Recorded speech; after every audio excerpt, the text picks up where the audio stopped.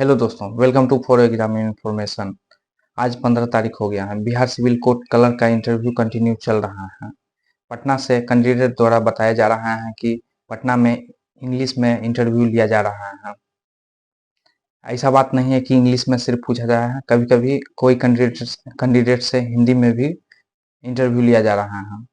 तो आप को हम सावधान करना चाह रहे हैं कि आप सावधान हो जाइए। आप दोनों लैंग्वेज में इंटरव्यू का प्रिपरेशन कर लीजिए, तैयार कर लीजिए इंग्लिश में भी। तो इंग्लिश में ज़्यादा इंटरव्यू का मतलब होता है, इंग्लिश में आपसे सेल्फ इंट्रोडक्शन के बारे में पूछ सकता है, फैमिली बैकग्राउंड के बारे में पूछ सकता है, आपका ग्रेजुएशन में किस ऑनर्स से सब्जेक्ट था, उस ऑनर्स सब्जेक्ट से क्वेश्चन बन सकता है, ये इंग्लिश में पूछा जा सकता है। तो आप लोग घबराइए मत, आपका इंटरव्यू बढ़िया जाएगा। हाँ, ये है कि पटना में इंग्लिश में अधिकतर कैंडिडेट से इंटरव्यू लिया जा रहा है। तो आप लोग अलर्ट हो जाइए। हम डरा नहीं रहे हैं आपको, लेकिन आपको सावधान कर रहे हैं कि आप हिंदी इंग्लिश दोनों लैंग्वेज में आप इंटरव्यू को तैयार कर लीजिए। आप गूगल पर सर्च कीजिएगा तो इंट्रोडक्शन उसका फॉर्मेट आ जाएगा, उसी फॉर्मेट के अनुसार से आप अपना इंटरव्यू तैयार कर लीजिएगा। पटना में ऐसा सुनने को मिल रहा है कि पटना में इंग्लिश में पूछा जा रहा है, लेकिन अदर स्टेट में, अदर डिस्ट्रिक्ट में ऐसा बात नहीं है। सब आपको हेल्प ही करेगा। दरभंगा से आकाश कुमार बता रहे हैं कि दरभंगा में एनसीएल नहीं है।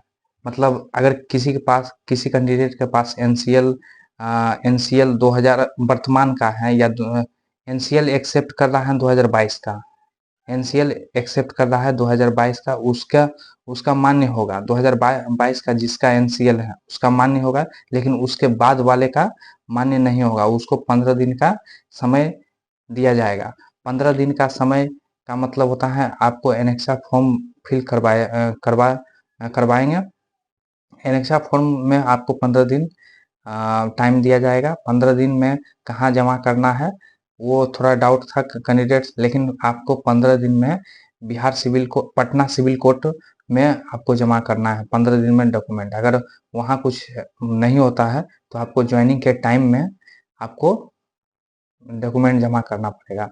तो आप इंटरव्यू बढ़िया से एकदम प्रिपेयर कर लीजिए। दरभंगा से भी बताया जा रहा है कि दरभंगा में उससे पूछा गया है, सेल्फ इंट्रोडक्शन पूछा गया है, फैमिली बैकग्राउंड के बारे में पूछा गया है, और वर्तमान में अभी सीजीआई कौन है भारत के, वो पूछा गया है। और आपसे गवर्नर पूछा जा रहा है, बिहार के गवर्नर कौन है। और इसी तरह क्वेश्चन बन रहा है कंटिन्यू। उसके बाद फिर क्वेश्चन ऑनर्स से भी पूछा जा रहा है। आपका जिस सब्जेक्ट से ऑनर्स पेपर है उस ऑनर्स पेपर को तैयार कर लीजिए। कैंडिडेट्स द्वारा कमेंट किया जा रहा है कि आप मधेपुरा, उसके बाद फिर नवादा से भी कुछ रिव्यू दीजिए सर। हम अभी 12 बज रहा है, हमें खबर मिला है पटना और दरभंगा से। हम कोशिश करेंगे कैंडिडेट से ज़्यादा जुड़ने के लिए।